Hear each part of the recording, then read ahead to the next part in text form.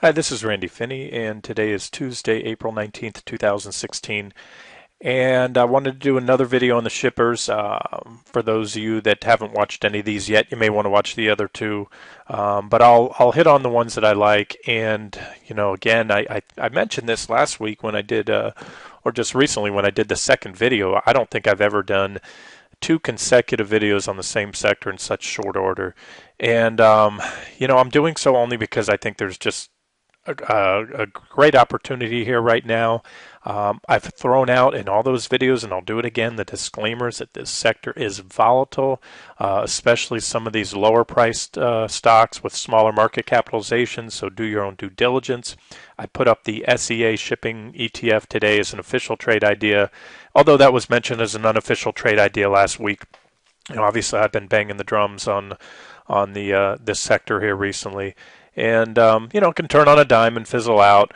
So you do your own diligence. If you're going with the individual names, as I mentioned, I do so because I can often drill down within a sector and find the most attractive individual stocks within that sector, and typically outperform the sector or the sector ETF. But again, with that being said, SCAs will tend to hold. I don't know the individual breakdowns, but most ETFs are pretty careful to stay away from the lower priced, the fundamentally questionable companies, assuming that they have some discretion in the sector. Certain sector ETFs are geared to solely track a sector without any discretion as to what stocks they hold. They just mirror a sector, whereas some sector ETFs, the fund company does have discretion on what they can include and what they can't. So do your own due diligence on C. The chart looks good. I'm talking SEA, the shipping ETF, if that's your route. And there's nothing wrong with taking that as a core holding in the shipping sector. If you're, let's say, not fully aggressive but not too conservative, somewhere in the middle of the road, or you have multiple accounts. That's what I do. I've just spent the entire morning going through, adding to some of these stocks. I've been scaling in. I told you, taking the shotgun approach where there's just so many good names, and that's why I have to do it video format. I can't possibly put up each and every one of these as an official trade idea. It takes forever to screenshot a chart, annotate it, so I'm going to go through these videos, the charts in this video one last time. Well, I shouldn't say one last time, but just right now, because when the sector moves, it tends to move really fast. And I'm seeing a lot of interesting developments. And once again, that's why I'm doing another video at this point. All right, here's KEX. This has been an official trade idea on the site. I'm sorry, actually, we hit the official target. I took it off there. Good thing, it consolidated. I typically, for my final target is where I think the risk reward doesn't warrant remaining long anymore at that point, or I expect an extended consolidation pullback. Well, again, this was all covered. Most of these were covered in other videos. You can see the flagging action I pointed out. And so far, just textbook. We've broken out of that flag. You can see it here in a very impulsive candle. See how large that green candlestick is on the breakout. Volume confirming. I'm putting crosshairs. You can see this above average volume bar there. And now we've taken out the recent that high. We took out this whole range here. And that former potential second target zone from the last trade would certainly be my next target here. There is another level here. You can see it at 68.15. But again, and this is a pretty solid one. This is actually, in my personal list of shipping stocks that I've created, this is one of the larger market caps. This is a $3.3 billion company. So I talk about beta adjusting position size. Well, there's two things to look at here. Number one, the share price. You have a $64 share price. That tends to tell you this is a little bit more stable company than those trading around, $1, $2, $3, or even, under $1 a share. Those are your highly risky stocks that can just go away overnight because they're in a very fundamentally precarious position. So you have a $3.3 billion market cap with a stock that's 60, in the mid 60s, and P ratio, there's earnings. That means the company's profitable. If you look at a stock and it has a PE ratio, that means there's an E in the PE formula, meaning they're profitable. They have earnings. So enough on that. Just pointing that out. If you take that shotgun approach, you can have 3, 4, 5, 10 times the amount of this that you'd have in something like Eagle, EGLE, if you decide to take that. That's a highly speculative one. That's one I pointed out a few weeks ago. And the darn thing went up like, I don't know, 200-300% in just a couple days. Risk and return go hand in hand, folks. There's no way to slice it and dice it. It's just that simple. Risk and return go hand in hand. If you want a stock that can go up to 300%, you need to stomach a 80-90% drop, which is what Eagle did right after that run. So you're not going to see 200-300% move in KEX, nor are you likely to see an 80 or 90% drop in just a week or two. SSW, moving on. There it is. I mentioned that false breakout. This one's pushing. And this is a common theme here. We have a lot of stocks at or recently breaking out those levels that I mentioned. So this one's yet to break out. If it does, there's your target up there, almost 1970. MATX, look at this, nice, just beautiful patterns in these guys here. I didn't draw it out in the other videos, but you have this divergent low right here. And so basically you see the RSI, the MACD, both making higher highs, bullish crossover there. This is a nice clean falling wedge. And this one, I think it would blow right past that target, that line there. This would be my price target on this one, 43.50. I should say my minimum or initial price target. I say that because if these charts continue to firm up, if the broad market's not falling apart at the time, then I extend my targets. There's a nice gap, some resistance there, and that's 48.25. And again, guys, these things are explosive. Goes both ways. I probably have scared most of you out of these with all my disclaimers and disclosures, but that's a 24% gain, 12.5% gain, and I would expect if this sector really gets some traction. And that's why I'm doing this video, and I'm trying to get it out there quickly, because when it takes off, these shippers they can fly quick. So that would be a 12.4% gain. And if it plays out, I wouldn't be surprised to see that thing hit that in a day or two or within a week. SFL, couple levels, not my favorite, but there's some levels to take out. It needs to take out that $15 area. There are certainly some levels that I could add in between here. I haven't done so.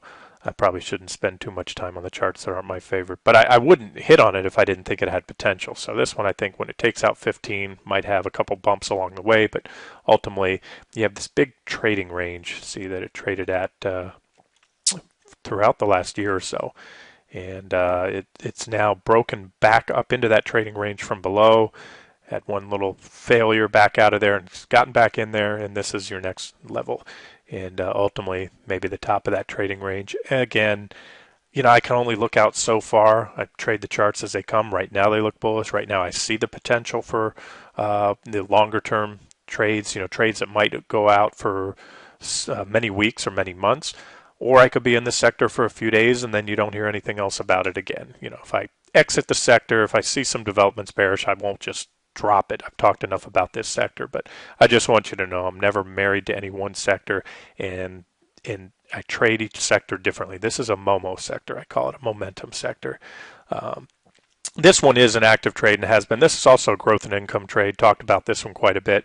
This one's at resistance. I mentioned the final target, or the first target on the official trade I do would be this downtrend line on the weekly chart, and I'll stick to that for now.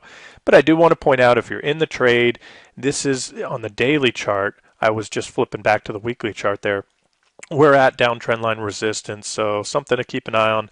But I like it, and I own this one. I tucked it away.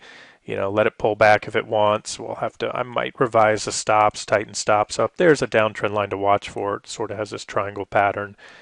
This former resistance line should act as support if that breaks. And if not, it could get into trouble and fall a little further. There's some support down around that area.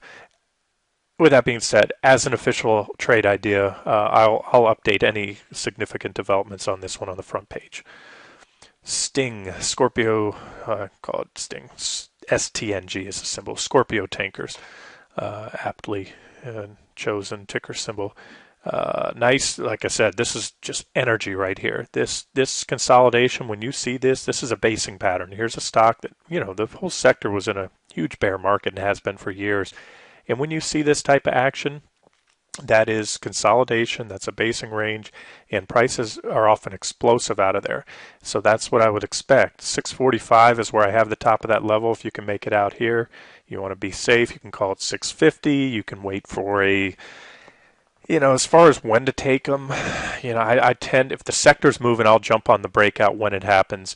If the rest of the stocks haven't yet broken out or the majority of the sector is not moving, I might wait for a 60-minute or even a daily close above that level. But once the sector is moving, I tend to be a little quicker on these breakouts.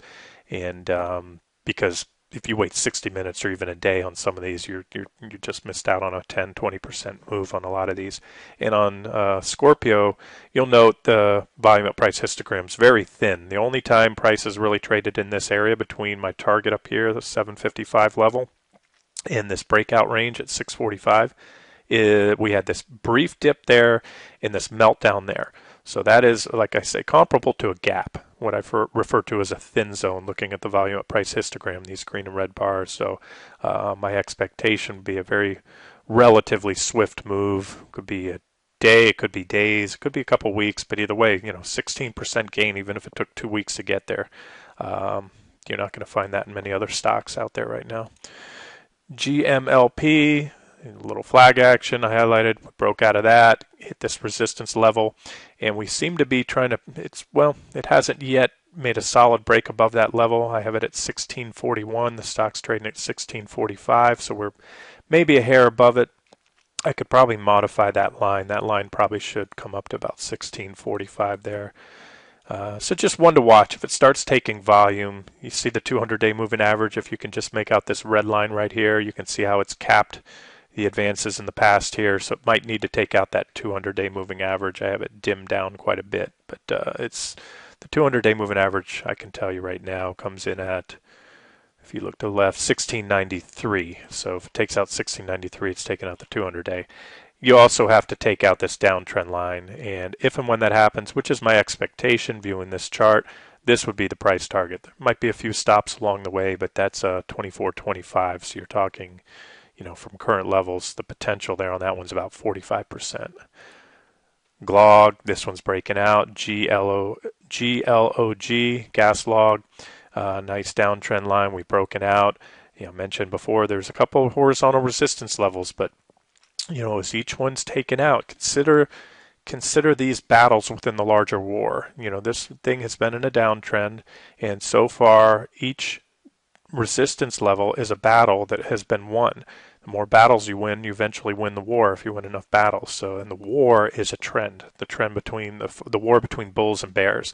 So if this thing keeps ticking away and popping through all these resistance levels, there's 1, 2, we hit that, pulled back, held support. See, and that's another reason I like the shippers. They trade well off the charts. What doesn't trade well off the charts right now? The broad markets, as I mentioned, sector rotation. All these bearish rising wedges. If I had a nickel for everyone that didn't play out on the 60-minute charts recently. Well, anyways. All right, so these are playing out, just like those marijuana stocks I talked about recently. They're just beautiful, just working to the charts, taking out levels, volumes coming in, and that's what I'm focusing on as a trader, what's trading well. Not what should trade well, but what is trading well. And so far, the shippers look good. So look for a pop above this $12 level. That's where the line is. You have a little more resistance there at $12.90-ish almost. And then ultimately, that would be my target right there. 1588 is the actual resistance. So I'd be a seller below there, somewhere around 1582, let's say, just to prevent missing a fill. TK, oh, I like this one. TK has this big gap. So you talk about a thin zone, and I have the line really at 1026, even though there was the gap, the top of the gap is here, but that was really thin. And on all the successive back tests, you really came back and back tested that 1026 level, which we've now taken out. That thing, in my opinion, again, and I'm sorry for all the conditionals, is just trading. Things do happen.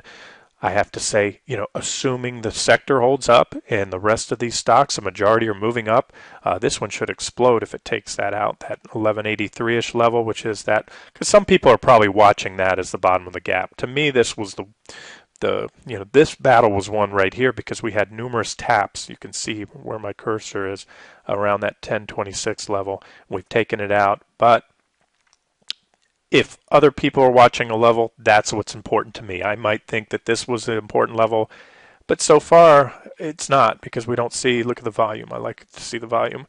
This shows me that there's still some hesitation here right now with the buyers.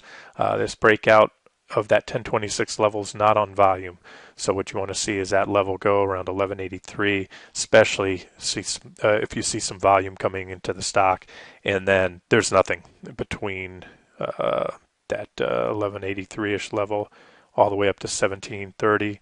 Try to quantify it for you.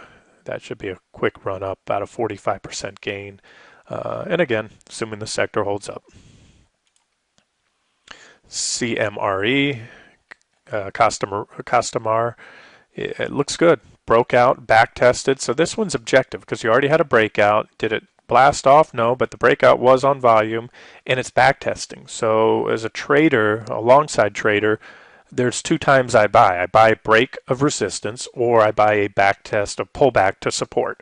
It's that simple. So this one popped and it's back testing. You can buy it here and you have this horizontal line right here. That's a little below that downtrend line, but that's a decent horizontal support. That's around 933, so I'd say a stop below 930. You get in at 995, a stop below 930 for a stock that has the potential. This would be my preferred near-term target, 1178. Again, with your sell limit order set a little bit below that.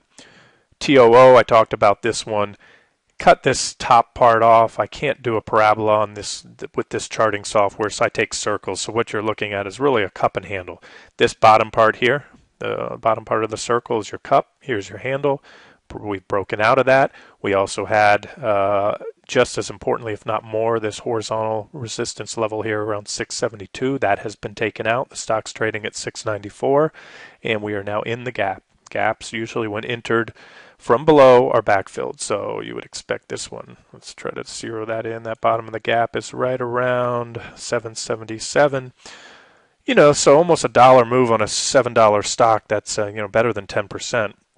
And ultimately, it's very thin all the way up to here. So it wouldn't surprise me, again, if the shipper continues, shipping sector. I'm trying to talk fast to cover all these. If the shipping sector continues to take catch a bid here in the coming days to weeks, and we're probably looking at a move up to about that 1350 area, and that would be better than 90% return, almost 100% return on this one. So again, lower priced, but it's a $7 stock. You can see it taking volume lately.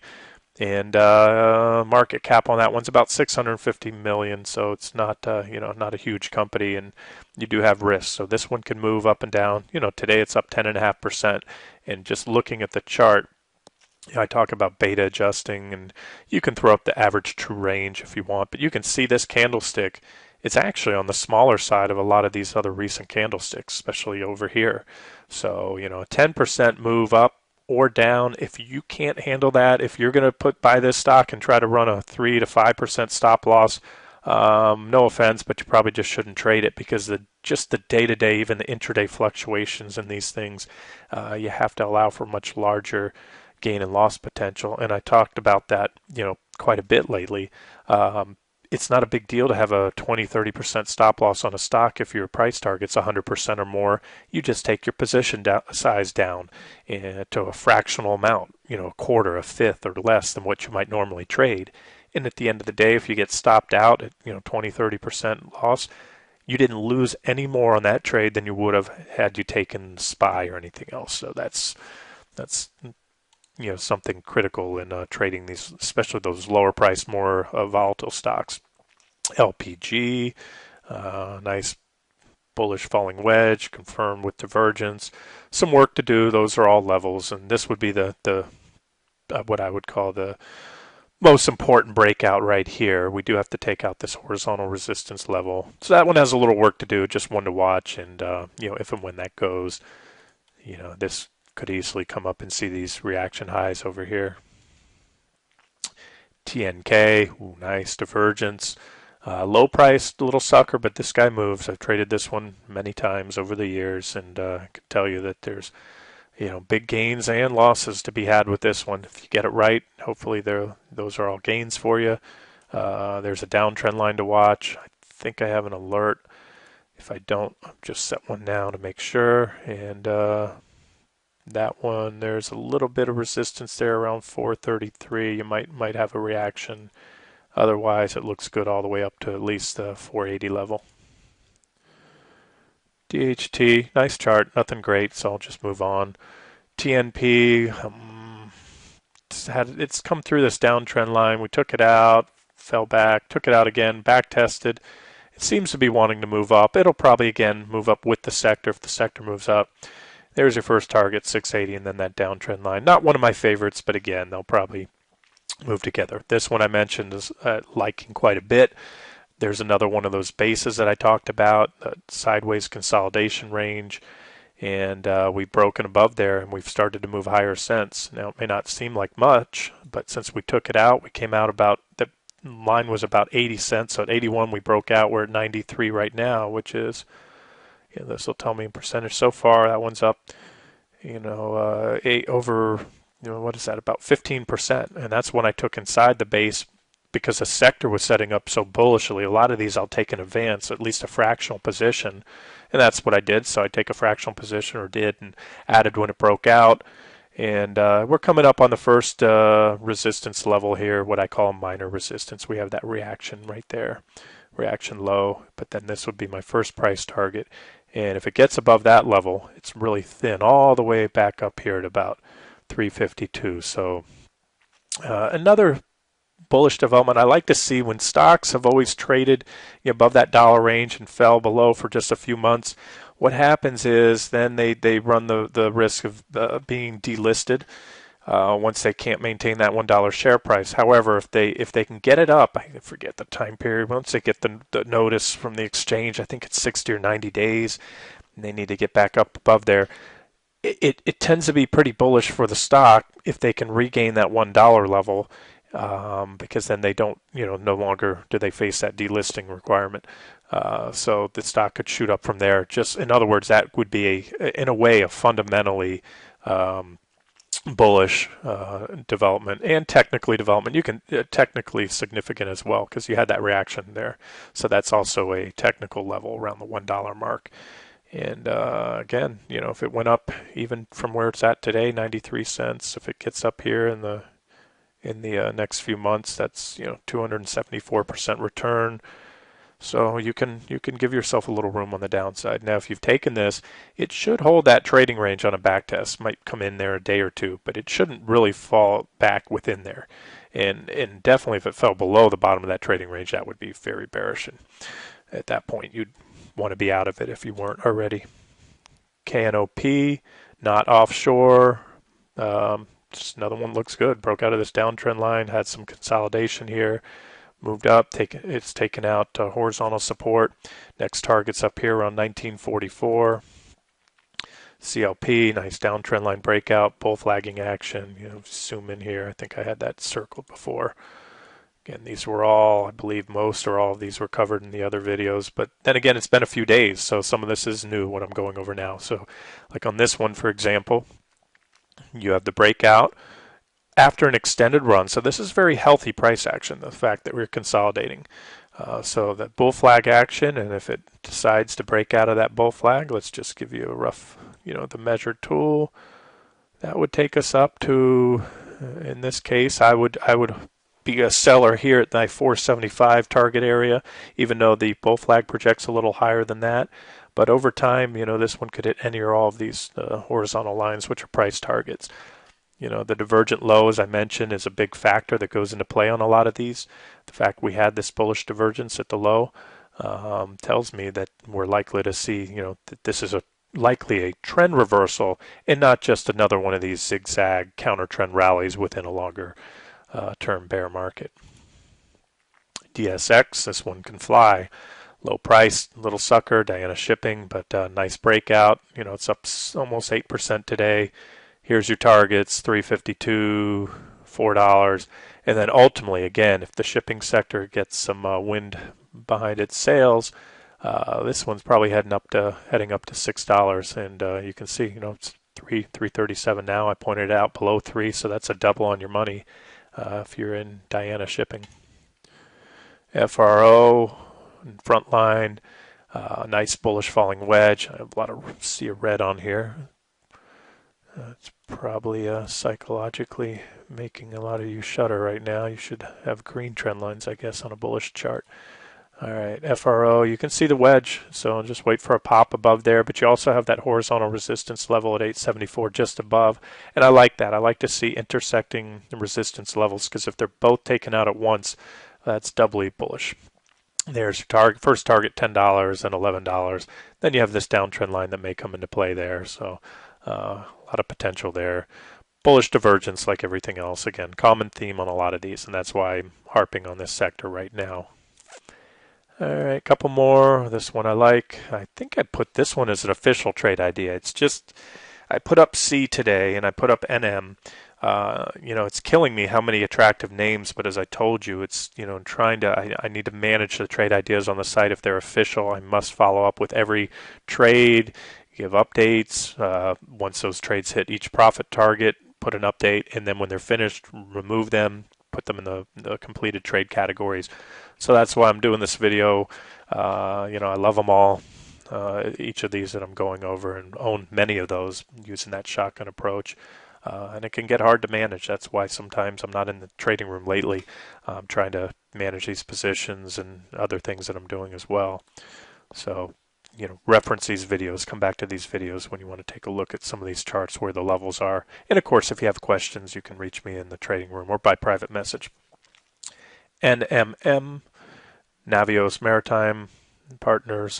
This one I like as well. I've owned some shares here recently, and I added to it today.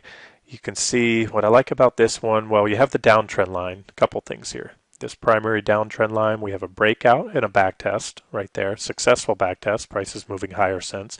We've taken out this previous reaction low right here. So that's bullish event number 2, if you will. There's a big gap right here to fill, which we're now trading in. So odds favor move up to the top of this gap, which is at 206 at the very least. And then above that, I have another level there around 268 if they can take out the top of this gap. And above and beyond there, if that 286 or so level I just mentioned is taken out, there's one more resistance there around 322. And then it's pretty thin all the way up here to 624. So these are, long-term trade ideas as well, guys. Because of the fact that if the sector continues to firm up, these might be multi-month or even year-plus holding periods on these trades. And like I'm showing you here, this one's about another, just from where it is now, not where I first pointed out, just from today. That's, if it gets up there, that's 246%. Up to that 625 level. So again, just do the math and keep your position sizes light if you're trading the individual names, and that helps and diversify among many names, and that will help to mitigate the risk that any one of these low price companies have.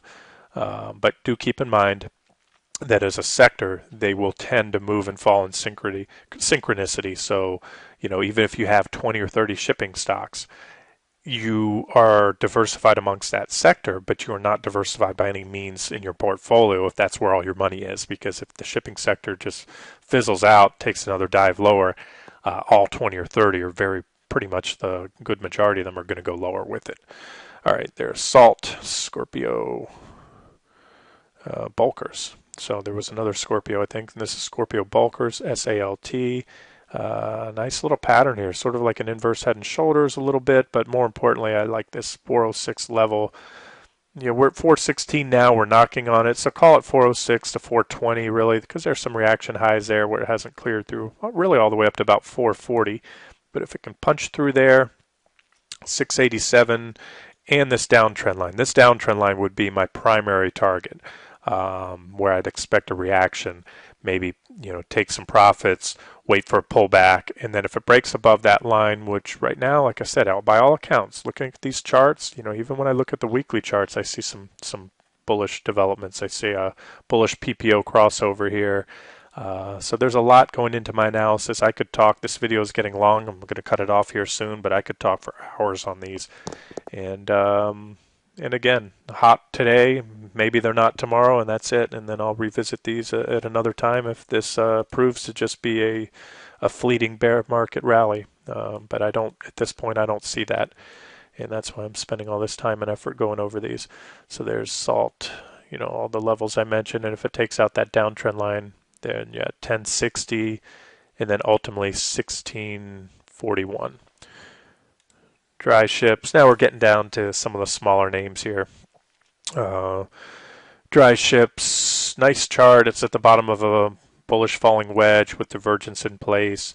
I think last time I did this video I used the PPO. There it is. So you can see the divergence better on the PPO than the MACD, which is down here. And I'll wrap it up with this. Let's just look at C. C is the ETF. And there's other components within C that I haven't covered in my list. So if you use TC2000, just pull up a related items watch list. So when I type in C, it'll show me the related items, and you might find some other ones in here. Most, possibly all of these are in my shipping watch list. I'm not sure if I covered all these, but these are, looks like the components. I don't know what we're looking at here. Ridex inverse 2 times. No, it's not. That's not correct. These are shipping stocks. This is C, so ignore what you see here. And like I mentioned, it took out this yellow downtrend line today. I've been pointing out this one for a while. We had this bullish falling wedge. That was more of a, we had that initial thrust up, prices set up in a bullish falling wedge, broke out, took out this downtrend line. We came up, we had the horizontal resistance at 1240. So as I mentioned, it's just tick, tick, tick, tick, one thing after another. This thing is moving up, taking out resistance level after resistance level.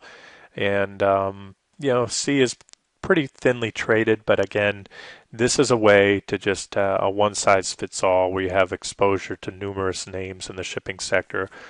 So I don't see, fireworks. If you put your money in here, you're probably not going to double or triple it like you can on some of those shippers if they play out. But nonetheless, my first target right there is about 15% above this 1240 level, and it can go from there. It's possible if the sector firms up, the economy's firming up, the stock market's holding up, we could extend targets. But I'm pretty sure right now, looking at this weekly chart as well, at 1640 level, nope, I had 1418 as the first target there. So yeah, if we go back to the weekly chart, there is more upside potential. 1430 versus, close enough. That would be about the same level there. I have this other line here, 1514. So yeah, this would be, I think I would take that trade off at that point, 1418. And keep in mind, I set my price targets below. So if you look at the line there, it might just be off to the right of the screen, but 1425 is where that line is. So I have my sell limit order set at 1418 on that trade to help assure a fill. And you can see here, looking at the longer term, the weekly chart, the 1436 is pretty formidable former support on C. You see these reactions, gap there, and that's definitely where I'd look to probably take some profits. But again, if the sector firms up, longer term, this is where the shippers were. At least this ETF was, a $30 ETF back in late 2010. And it could get there, but I just don't see it with my outlook on the economy and the stock market for going forward for the next couple of years. But again, we'll trade it as it comes. All right, let me wrap it up here. This video has gone long enough, and I will, like I say, any standout candidates, if I don't put them as official trade ideas, I will share those in the trading room. So check in there from time to time. All right, this has been Randy Finney with Right Side of the Chart. Hope you enjoyed it.